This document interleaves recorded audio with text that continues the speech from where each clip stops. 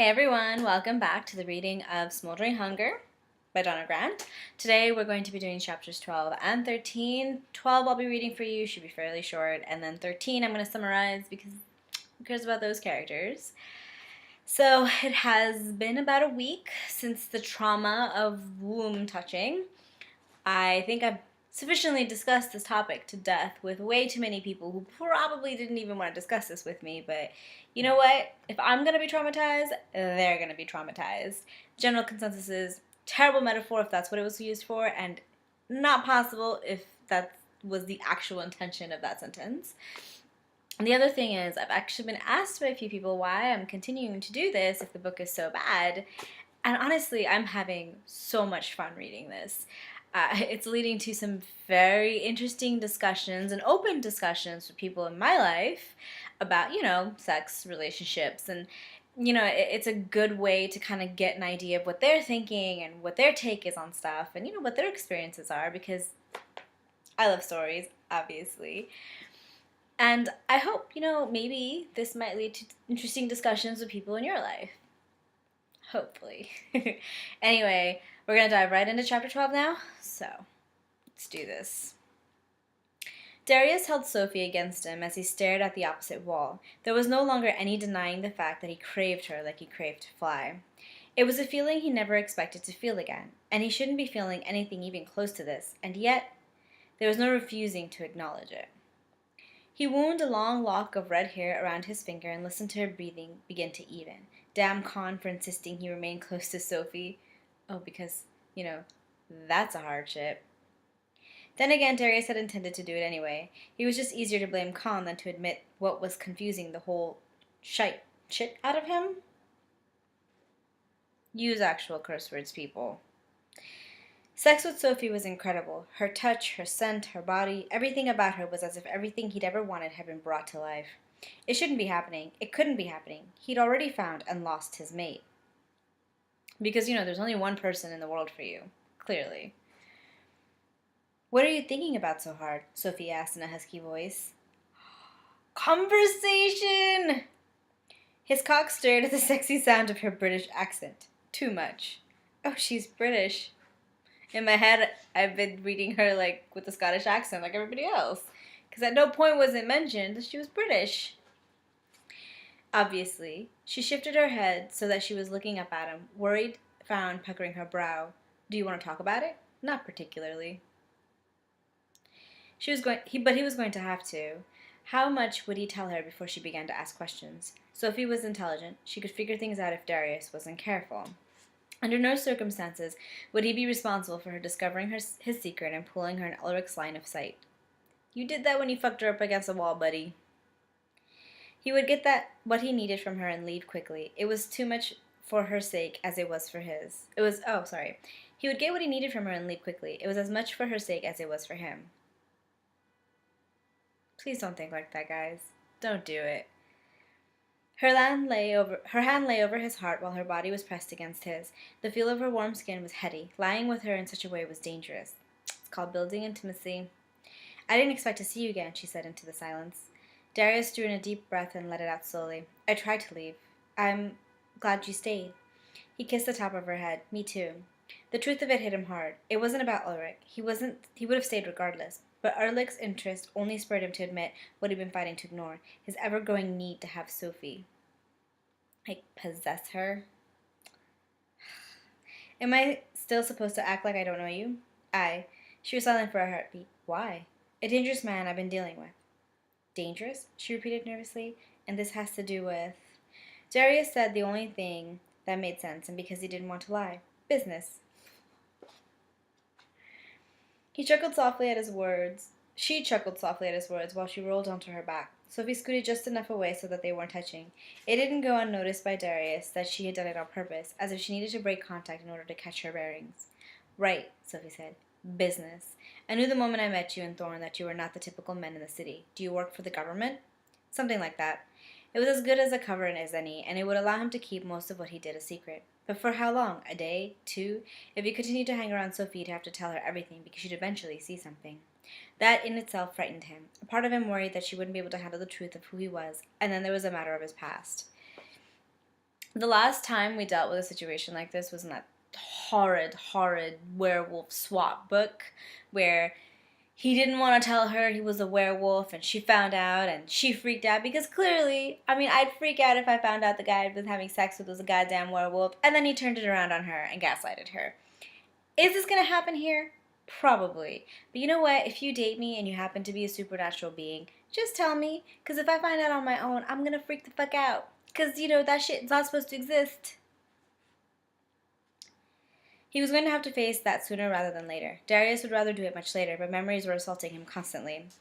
She tucked her hair behind an ear and turned her head to him. You look like the type to work for the government. There's the type.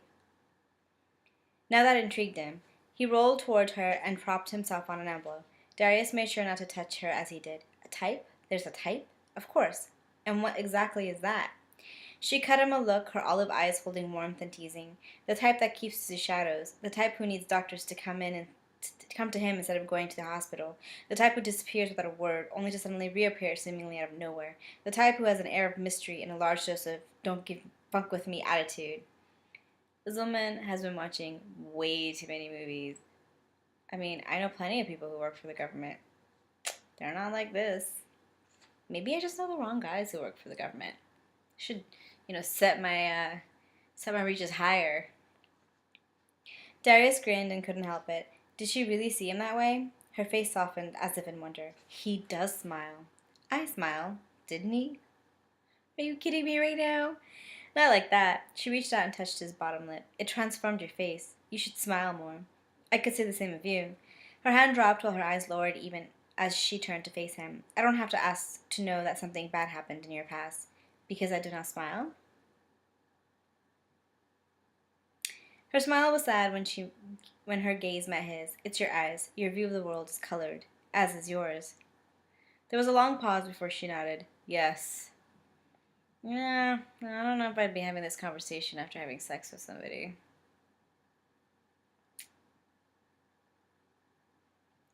Darius was suddenly curious, but he stopped himself from asking.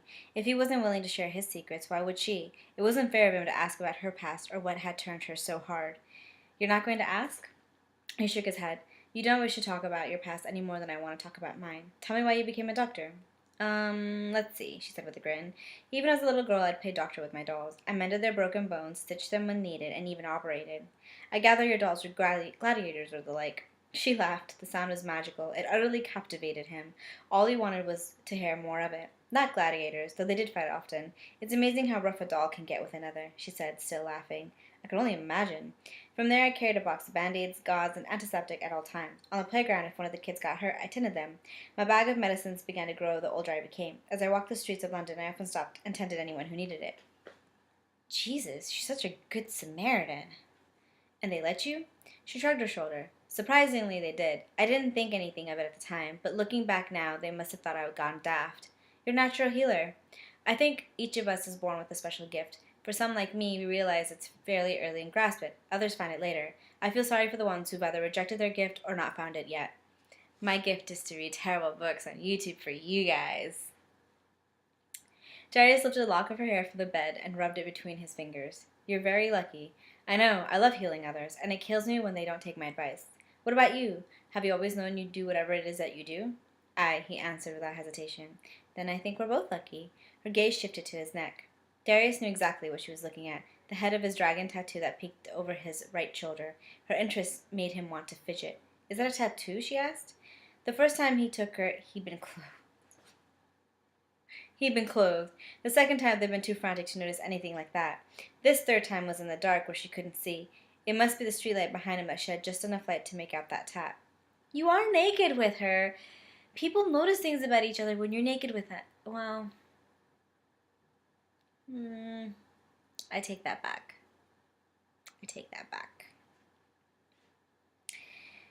Her curiosity piqued, she sat up. May I see it?